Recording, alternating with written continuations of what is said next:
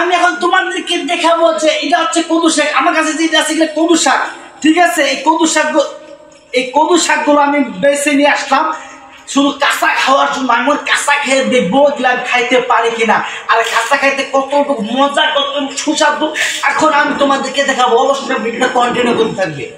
এটা হচ্ছে লাউ শাক, কদু শাক। সেটা বাঙালিরা বলে কদু শাক, লাউ শাক। বাঙালিরা বলে কদু শাক, আর মুসলমানরা বলে লাউ শাক, আর হিন্দুরা বলে ডুকি শাক। তাই যেটাই হোক, এটাকে আমরা একে বলেছি, এটাকে বলে কদু শাক, ঠিক আছে। এটা কিন্তু আমরা অনেকক্ষণ থেকে বাসার পরে গাছ থেকে তুলে আনার পর আমরা কিন্তু এটা তৈরি করছি। এখন দেখি আমি কাঁচা খাইতে পারি কিনা, কাঁচা খাইতে কিরকম মজা। তো বন্ধুরা অবশ্যই তোমরা ভিডিওটা দেখতে থাকো, আর দেখার সঙ্গে সঙ্গে লাইক, কমেন্ট এবং একটা সাবস্ক্রাইব করে দাও।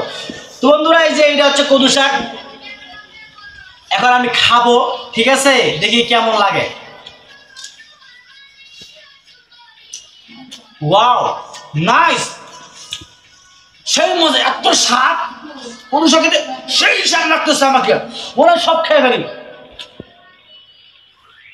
ও এত মজা, কাঁচা খাওয়ার কোনো সমস্যা নেই আমার। গাইস এটা কিন্তু খাইতে খাইতে অনেক মজা লাগতেছে, ঠিক আছে। কোনো রকম অ্যাক্সিবাইট, তিতো এবং ল্যাক্সেরিয়াস কোনো কিছু নাই।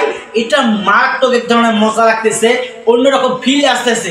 যদি আপনি খাইতে পারবেন, খাওয়া যাবে 100% গ্যারান্টি। যদি আপনি তরকারি পাকাইতে খেতে পারেন, এমনি তো খাইতে পারবেন, এবং যদি তরকারি, ভাজি, ঝোল সব কিছু খাইতে পারবেন। কিন্তু এগুলা কিন্তু গ্রাম অঞ্চলে এভেলেবল পাওয়া যায়। ঢাকা শহরে, বরিশালে, চট্টগ্রামে, রংপুরের শহর অঞ্চলে এগুলা শাক কিন্তু খুব কম পাওয়া যায়। তাই এগুলা গ্রামের মধ্যে অ্যাভেলেবল পাওয়া যাবে, তাই খাওয়ার জন্য উপযুক্ত হয়ে যাবে গাইস। তো আমি খাইলাম, দেখলেন, আমি আরেকটু খাই, মজা লাগতেছে গাইস। দেখেন বকরা উঠে নাই। তো গাইস এইগুলা হচ্ছে কদু শাক, দেখলেন। এই কদু শাকগুলো যদি খান তাহলে আপনার শরীরে ক্যালসিয়াম, শক্তি বাড়বে, শরীরে ব্যথা দূর হয়ে যাবে। তাই এগুলা কিন্তু শরীরের জন্য আপনার অনেক উপকার হবে, ঠিক আছে। তাই গাইস পরবর্তী কোনো ভিডিওতে দেখা হবে। এখন জয় বাংলা, জয় বঙ্গবন্ধু, জয় শেখ হাসিনা। তাকে ধরে ধরে মারো, চিলাও, ঘুষাও, এগুলা যদি আর কেউ না বলো। ধন্যবাদ।